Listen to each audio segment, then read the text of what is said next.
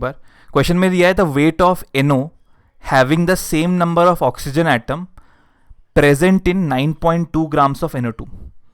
The wait of NO having the same number of oxygen atoms. ठीक है, तो इसको मैं थोड़ा सा एडजस्ट कर लेता हूँ. आपको स्क्रीन थोड़ा दिख नहीं रहा होगा गेस, थोड़ा छोटा करके. एक सेकेंड. आई गेस अभी क्वेश्चन पूरा दिख रहा होगा.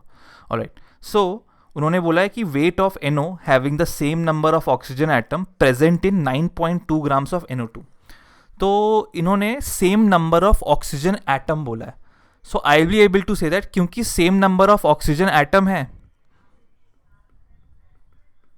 ऑक्सीजन एटम है, यानी दोनों के same number of oxygen moles भी होंगे, same number of oxygen moles भी होंगे.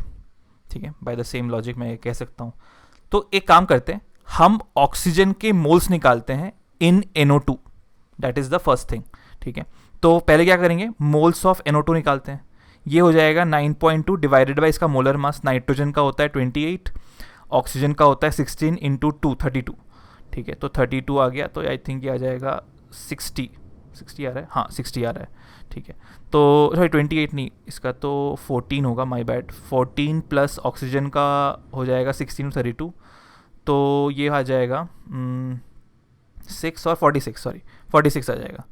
ठीक है, तो ये NO2 का वेट आ गया 46, जो कि लगभग हो जाएगा 0.2. अच्छा, तो 0.2 आ गया है. अगर मैं 1 मोल लूँगा NO2 का, उसमें मिलेंगे 2 मोल ऑक्सीजन एटम. ठीक है, 1 मोल अगर मैं NO2 लेता तो मुझे मिलते 2 मोल ऑक्सीजन एटम्स. तो मान लो अगर मुझे 0.2 मोल NO2 दिया है, उसमें मुझे कितने मोल मिलेंगे, तो 0.2 इंटू 2 यानी 0.4 मोल ऑक्सीजन एटम्स. तो ये क्लियर हो गया हमारा. तो बेसिकली इतने ही 0.4 मोल किस में है, NO में भी है. ठीक है, तो अब देखो, अब उल्टा चलते हैं. 0.4, अच्छा या फिर ऐसा कह लो, 1 मोल NO के अंदर, NO मॉलिक्यूल के अंदर there is 1 mole of oxygen atom. ठीक है, क्या ये उल्टा भी लिख सकता हूं क्या मैं, तो थोड़ा सा उल्टा लिखना चाहता हूं. ठीक है, तो इसको उल्टा लिखते हैं. मैं लिख रहा हूं 1 मोल ऑक्सीजन एटम होगा किसके अंदर, 1 मोल NO के अंदर.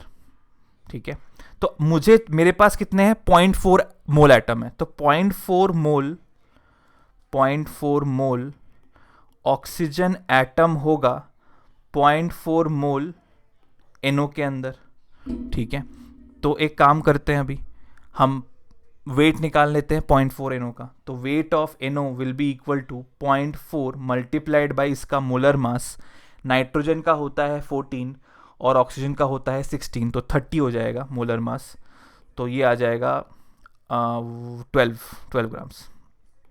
ठीक है, तो आंसर इसका हो गया C.